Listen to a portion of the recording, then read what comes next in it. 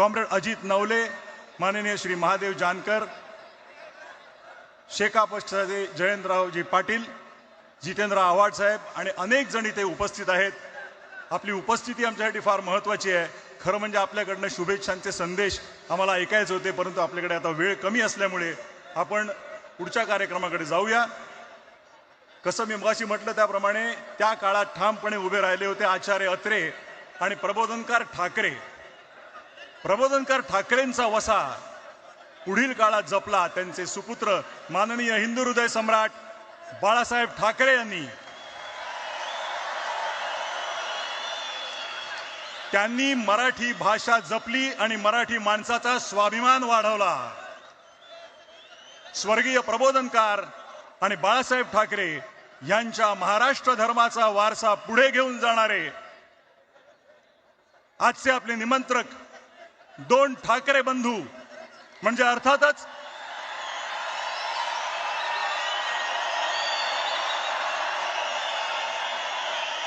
शिवसेना पक्षप्रमुख उद्धव साहेब ठाकरे आणि महाराष्ट्र नवनिर्माण सेनेचे अध्यक्ष राजसाहेब ठाकरे हे आता उपस्थित झालेले आहेत.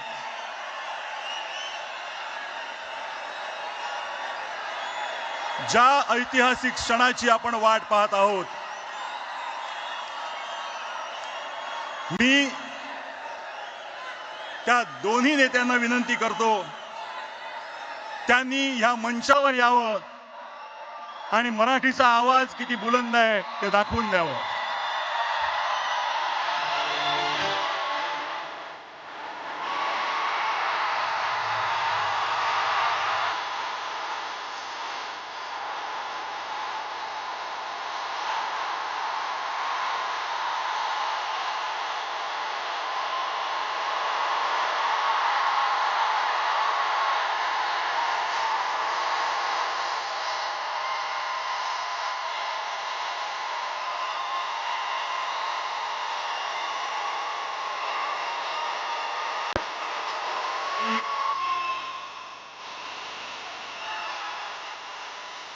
या दोन्ही नेत्यांना विनंती करतो की त्यांनी छत्रपती शिवाजी महाराजांना पुतळ्याला पुष्पहार अर्पण करावा आणि या कार्यक्रमाची औपचारिक सुरुवात.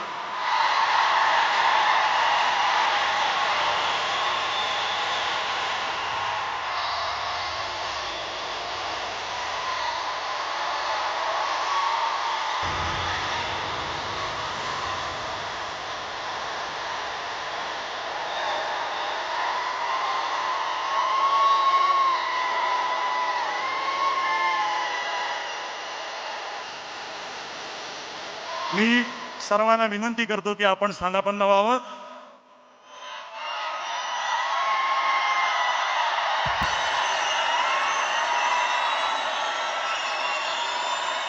गेल्या काही वर्षात जरा थोडंसं माझं ऐकून घ्या.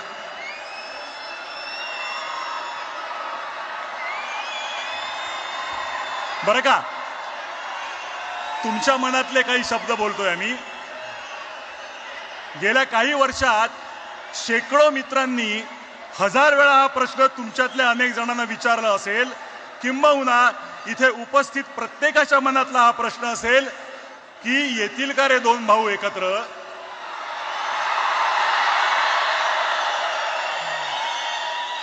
कोणी दोघांशी बोलून होईल का हो काही, पण असं दुसऱ्या तिसऱ्याने बोलून ऐकणार असतील तर ते ठाकरे कसले.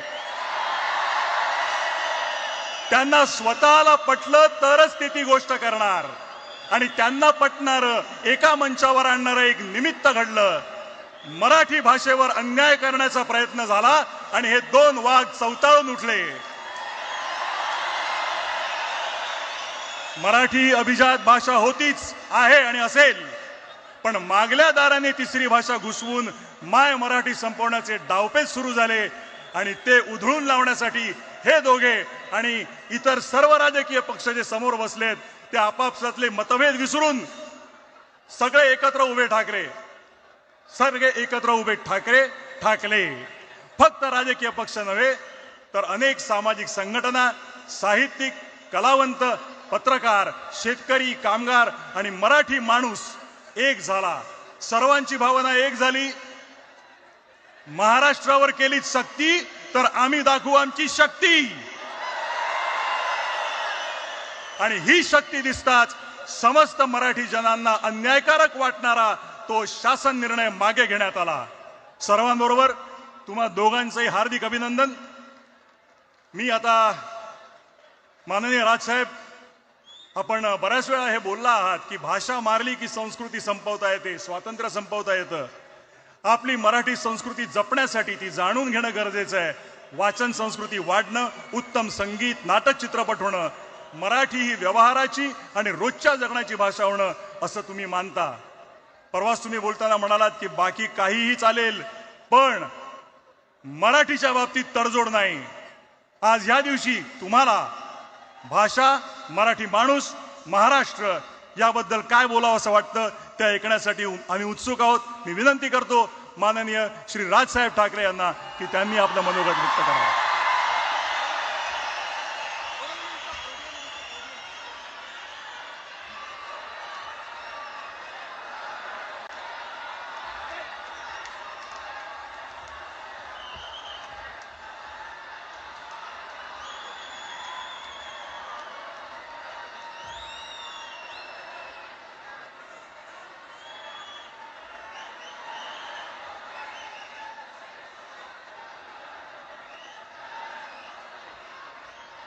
Check.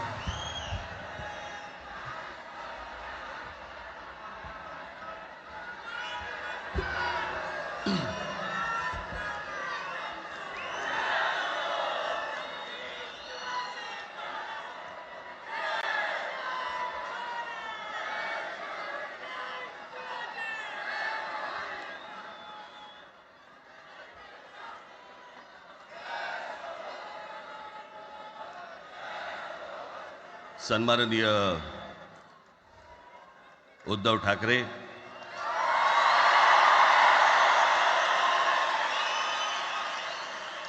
आणि माझ्या जमलेल्या सर्व तमाम मराठी बांधवांनो, भगिनींनो आणि मातांनो,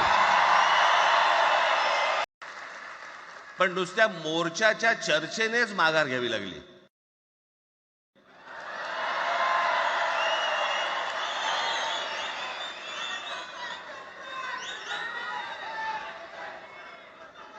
खरं तर आजचाही मेळावा हा खरं तर शिवतीर्थावरती मैदानात व्हायला पाहिजे होता.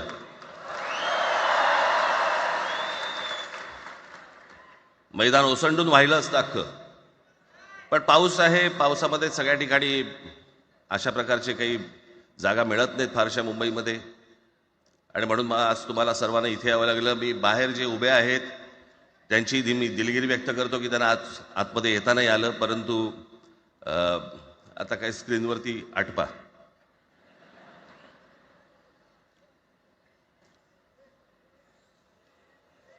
मी माझ्या मुलाखतीमध्ये एक म्हटलं होतं की त्याच्यातनं या सगळ्या गोष्टी खरं तर सुरू झाल्या, आणि मी असं म्हटलं होतं की कोणत्याही वादापेक्षा आणि कुठच्याही भांडणापेक्षा महाराष्ट्र मोठा आहे.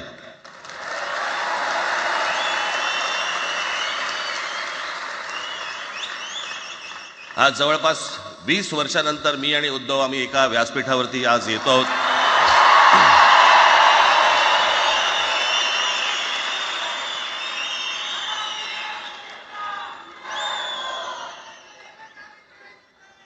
जे माननीय बाळासाहेबांना जमलं नाही, जे अनेकांना जमलं नाही, आम्हाला दोघांना एकत्र आणायचं, ते देवेंद्र फडणवीसला जमलं.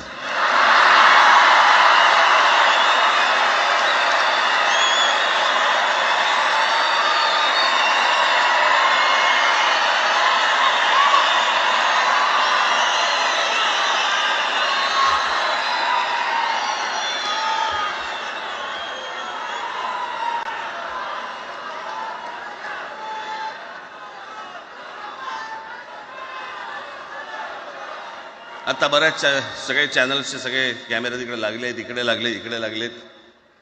आता संध्याकाळी सगळं सुरू होईल. आता काय वाटतं, काय दोघांची बॉडी लँग्वेज कशी होती? कोणी कमी हसलं का, कोणी जास्ती हसलं का, कोणी बोलतायत का? आपल्याकडे मूळ विषय सोडून इतर गोष्टींमध्येच फार रस असतो अनेकांना. खरं तर आजचा हा मेळावा,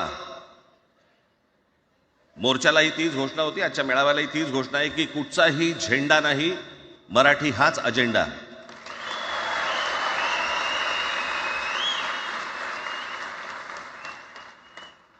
माझ्या मराठीकडे, माझ्या महाराष्ट्राकडे वेडावाकड्या नजरेने पाहायचं नाही कोणी.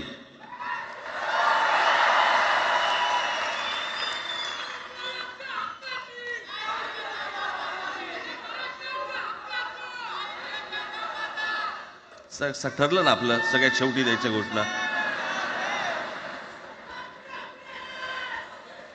बसा, शांत बसा. खरं तर हा प्रश्नच अनाठाई होता, काही गरजच नव्हती. हे कुठून अचानक हिंदीचं आलं मला काही कळलं नाही. मला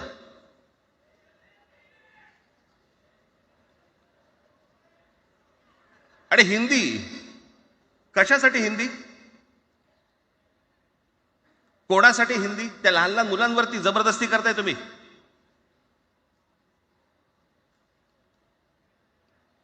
कोणाला विचारायचं नाही, शिक्षण तज्ज्ञांना काही विचारायचं नाही, कोणाला काही विचारायचं नाही. बस आमची सत्ता आहे, आमच्याकडे बहुमत आहे, आम्ही लादणार. तुमच्या हातात सत्ता असेल ती विधान भवनात,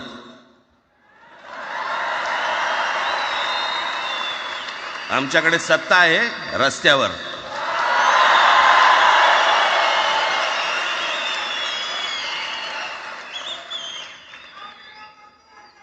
एक पत्र लिहिलं, 2 पत्र लिहिली, नंतर ते दादा भुसे माझ्याकडे आले. मला म्हणाले की आम्ही काय म्हणतो एवढं समजून तर घ्या, एवढं काय म्हणतो एवढं ऐकून तर घ्या. म्हटलं दादा तुम्हाला एक गोष्ट सांगतो, तुम्ही काय सांगता ते ऐकून घेईन पण ऐकणार नाही.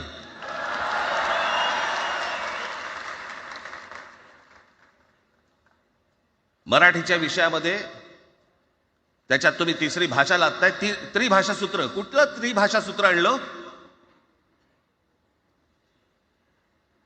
त्रिभाषा सूत्र ज्या वेळेला आलं ते फक्त सेंट्रल गव्हर्नमेंट आणि राज्य सरकार, केंद्र सरकार आणि राज्य सरकार यांच्यामधल्या दुव्यासाठी म्हणून हे त्रिभाषा सूत्र फक्त आणलं.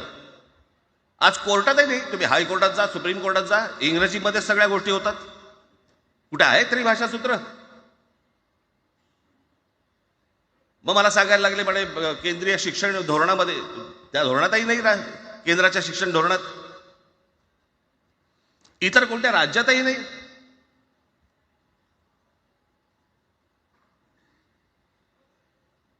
महाराष्ट्रात प्रयोग करून पाहिला तरी दक्षिणेची राज्य तर हिंग लावून विचारत नाही त्यांना. पण महाराष्ट्र ज्या वेळेला पेटून उठतो त्यावेळेला काय घडतं आणि काय होतं हे आज राज्यकर्त्यांना समजलं असेल. त्याशिवाय का माघार घेतली?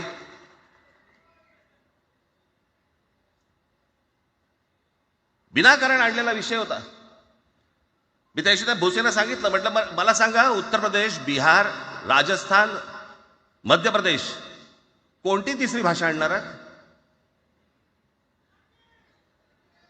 खरं तर आणली पाहिजे.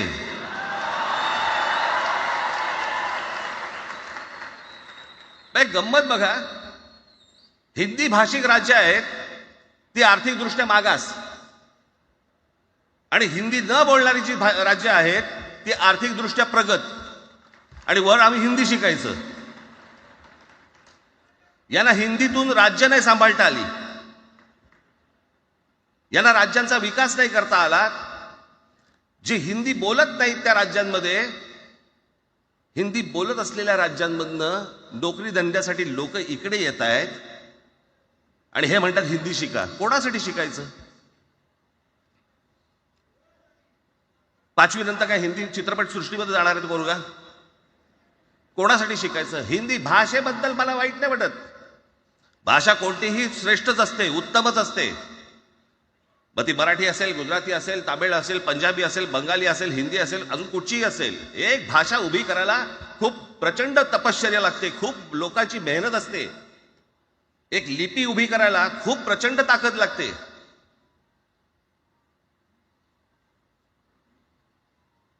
अशाच भाषा काय उभ्या राहत नसतात.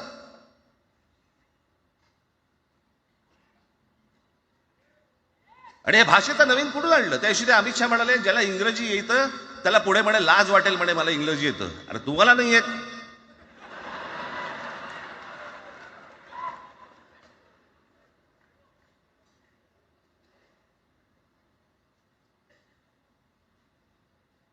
या संपूर्ण हिंद प्रांतावरती 125 वर्ष, 1400 वर्ष मराठ्यांनी राज्य केलं. 1400 वर्ष इतक्या राज्यांवरती आम्ही राज्य केलं. तो त्यावेळेला राज्यच नव्हती, पण जे प्रदेश होते त्याच्यावरती राज्य केलं. आम्ही मराठी लादली गुजरातवरती, मध्य प्रदेशवरती, राजस्थानवरती, पंजाबवरती, इतर सगळ्या प्रांतांवरती, जिथे जिथे म्हणून अटोकपर्यंत पोहोचले होते मराठा साम्राज्य, आम्ही लादली. अरे हिंदी भाषा आहे, 200 वर्षापूर्वीची भाषा आहे, महाराजांच्या काळात पण नव्हती.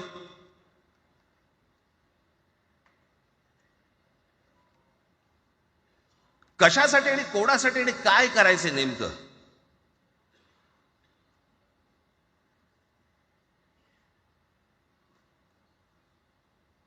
यांनी फक्त चाचपडून पाहिलं, चाचपडून.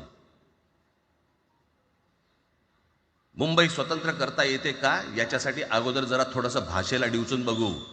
महाराष्ट्र शांत राहिला तर पुढे ते पाऊल टाकू.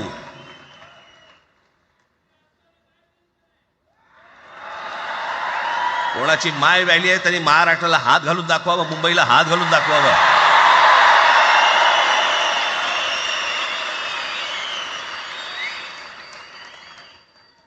काय मजाक वाटला काय?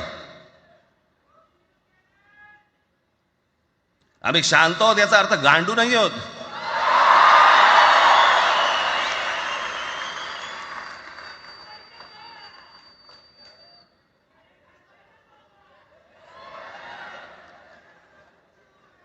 काही अंगावरती लादायचा प्रयत्न करतात. आणि मग आता माघार घेतली ना, मग माघार घेतली त्याचं काय करायचं? मग वेगळ्या ठिकाणी वळवा सगळं प्रकरण. वेगळ्या ठिकाणी म्हणजे कुठे?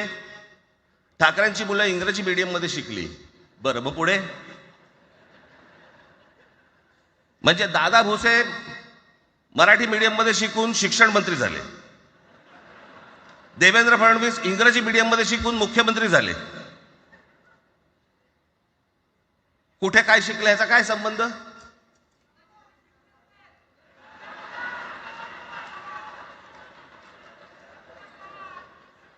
अहो, कोणाकोणाची मुलं इथे परदेशामध्ये शिकतायत, याद्या आहेत आमच्याकडे. त्याचं काय करणार आहात तुम्ही? आणि त्याच्यातल्या त्याच्यात मंत्रिमंडळातल्या एक एक मंत्र्याचं हिंदी आहे का?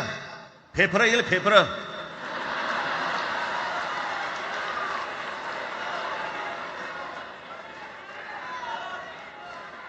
हे असले प्रश्न महाराष्ट्रातच विचारले जातात. आता मी तुम्हाला अजून एक गोष्ट सांगतो.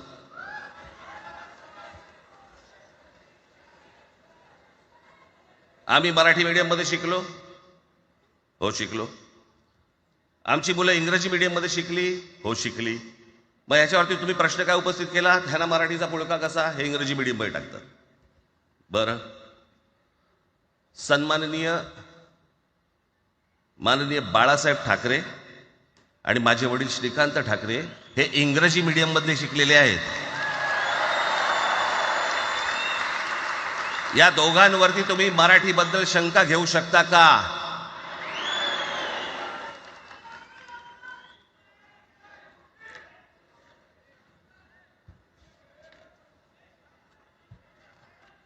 जाट रेजिमेंट आहे, पॅराशूट रेजिमेंट आहे, पंजाब रेजिमेंट आहे, ग्रेनेडियर्स आहेत, सिख लाईट इन्फंट्री आहे, मराठा लाईट इन्फंट्री आहे, गढवाल रायफल्स आहे, कुमाऊ रेजिमेंट आहे, आसाम रेजिमेंट आहे, बिहार रेजिमेंट आहे, महार रेजिमेंट आहे, जम्मू काश्मीर रायफल्स आहे, जम्मू आणि काश्मीर लाईट इन्फंट्री आहे, नागा रेजिमेंट आहे, गोरखा रायफल्स आहे, गोरखा रायफल्स आहे, त्याच्यानंतर तुमचं लडाख स्काउट्स आहे, अरुणाचल स्काउट्स आहे, सिक्कीम स्काउट्स आहे. इतक्या राज्यांच्या आज आपल्या संरक्षण खात्यामध्ये लोक आहेत आणि इतक्या रेजिमेंट्स आहेत.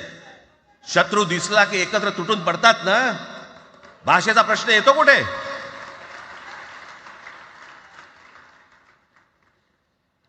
या देशामध्ये जेव्हा भाषावार प्रांतरचना झाली तीच या गोष्टींसाठी झाली ना, की प्रत्येक भाग तसे भाषांचे होते म्हणून. मग या सगळ्या गोष्टी का सुरू केल्यात तुम्ही? कशासाठी सुरू केल्यात? काय याच्या मागचं राजकारण? आत्ता सांगून ठेवतो.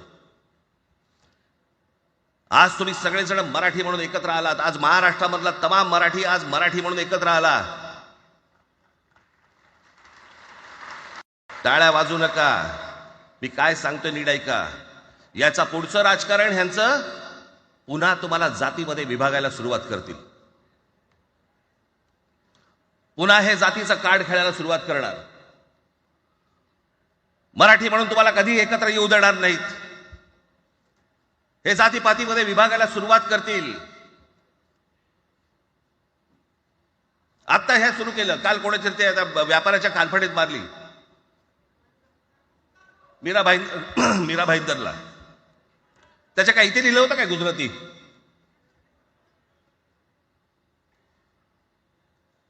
पण एवढंही आपल्याकडे काही जे चॅनलमध्ये, मराठी नाही इतर चॅनलमध्ये, हिंदी आणि याच्यात गुजराती माणसाला मारला. कुठच्या गुजराती माणसाला मारला?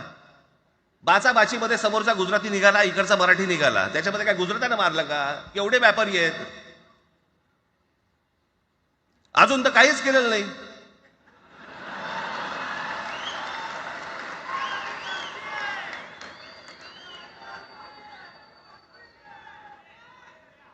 अर्थात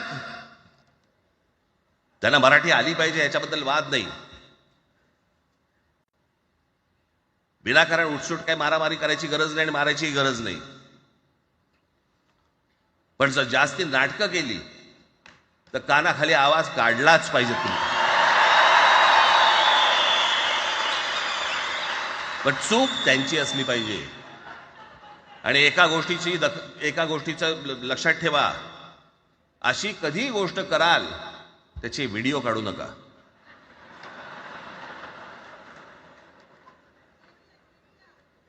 आपल्यामध्येच त्यांना कळलं पाहिजे. कळलं का? मारणारा कधी सांगत नसतो, मार खाणारा सांगत असतो मला मारला म्हणून. त्यांना सांगू देत. पण याचा अर्थ उठसूट कोणालाही उगाच मारायचं काही कारण नाहीये. अनेक लोक आहेत, अनेक गुजराती लोक आहेत, माझ्या अनेक परिचयाचे आहेत. माझे एक मित्र आहेत नयन शहा म्हणून, त्याला मी गुजराठी म्हणतो. तुमचा विश्वास बसणार नाही इतकं अप्रतिम मराठी तर बोलतोच. विनोदाचंही अंग आहे. आणि शिवाजी पार्क मैदानामध्ये फिरताना कानाला हेडफोन लावून पु ल देशपांडे ऐकणारा गुजराती आहे.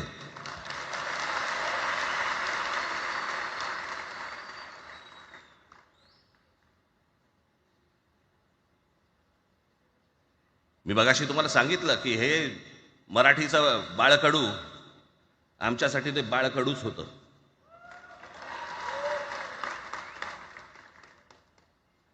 मी मागे एक प्रसंग सांगितला होता, आज मुद्दामून तो प्रसंग सांगतो आपल्याला की हे आमच्या धमन्यांमध्ये आलं कुठून. मी एवढा महाराष्ट्रासाठी मराठीसाठी कडवट का झालो.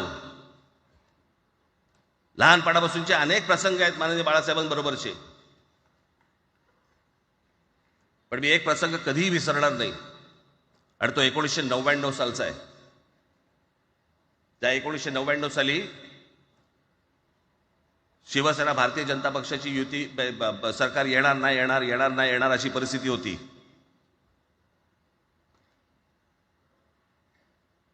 पवार साहेब त्यावेळेला त्यांनी राष्ट्रवादी काँग्रेस पक्ष स्थापन केला होता.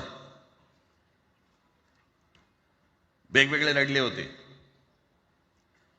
आणि मग सगळ्या त्या वादामध्ये, शिवसेना भारतीय जनता पक्षाच्या त्या वादामध्ये काहीच होईना.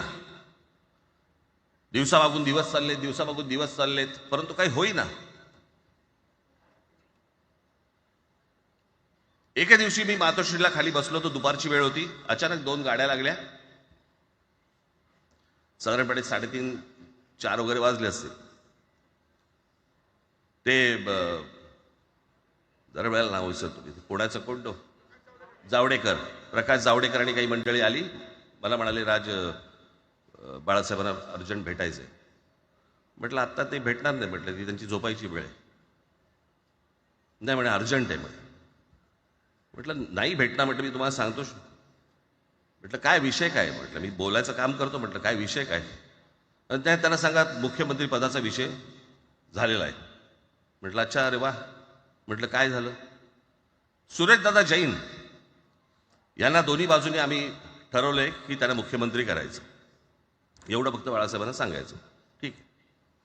मी वर गेलो. रूममध्ये काळोख, शांतता. आम्ही अरे तुरेमध्ये बोलायचो म्हणून मी हाक मारली. म्हटलं हे काका गाढ झोपले होते. म्हटलं काका उठ. ए काका उठ. माझ्या बघितलं माझ्याकडे. काय रे? म्हटलं नाही ती सगळे खाली जावडेकर वगैरे सगळी मंडळी आली आहेत. म्हटलं बरं मग? नाही ते म्हणतात ते मुख्यमंत्री पदाचा विषय झालाय म्हणून. म्हटलं बघ ते बोले काय झालं? ते म्हणाले सुरेशदादा जैन यांना मुख्यमंत्री पदासाठी दोन्ही जणांनी सांगितलं की करायचं म्हणून. असं माझ्याकडे बघितलं त्यांनी. त्यांना जाऊन सांग महाराष्ट्राचा मुख्यमंत्री मराठीच होईल, दुसरा कोणी होणार नाही.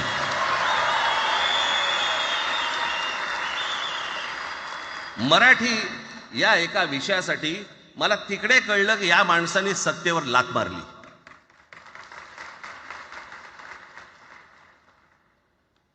हे संस्कार ज्या पोरावरती झाले असतील तो मराठीसाठी तडजोड करेल काय?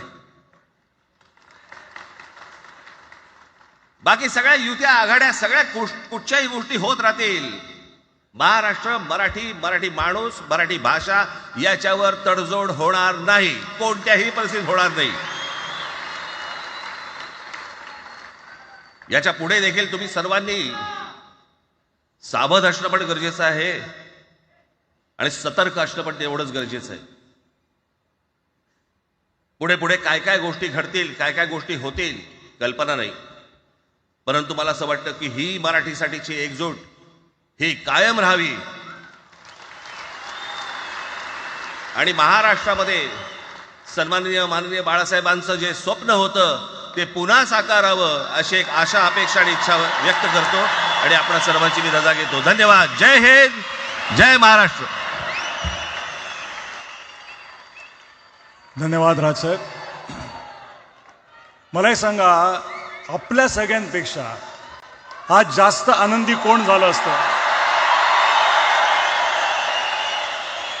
आपल्या सगळ्यांपेक्षा आज जास्त आनंदी कोण झालं असतं? ज्यांनी मराठी माणसाला उभं केलं ते हिंदू हृदय सम्राट माननीय बाळासाहेब. आज त्यांची पुढची पिढी इथे मंचावर एकत्र येऊन मराठीचा गजर पुन्हा एकदा करते आहे आणि त्या आजोबांचे 2 लाडके नातू आज आपल्या समोर मराठीचा झेंडा पुढे नेण्यासाठी सज्ज झालेले दिसत आहेत. अमित ठाकरे इकडे उपस्थित आहेत, आदित्य ठाकरे उपस्थित आहेत. मी त्यांचंही स्वागत करतो. या वास्तूला NSCI डोम असं म्हणतात, पण इथे आज देश पाहतोय मराठी भाषेवर होणाऱ्या अन्यायाविरुद्ध पेटलेला मराठी जनमानसाचा आगडोंब. या सर्व मराठी प्रेमींना आता उत्सुकता आहे माननीय शिवसेना पक्षप्रमुख श्री उद्धव बाळासाहेब ठाकरे हे काय बोलतील. मी त्यांना विनंती करतो की त्यांनी आपलं मनोगत व्यक्त करावं.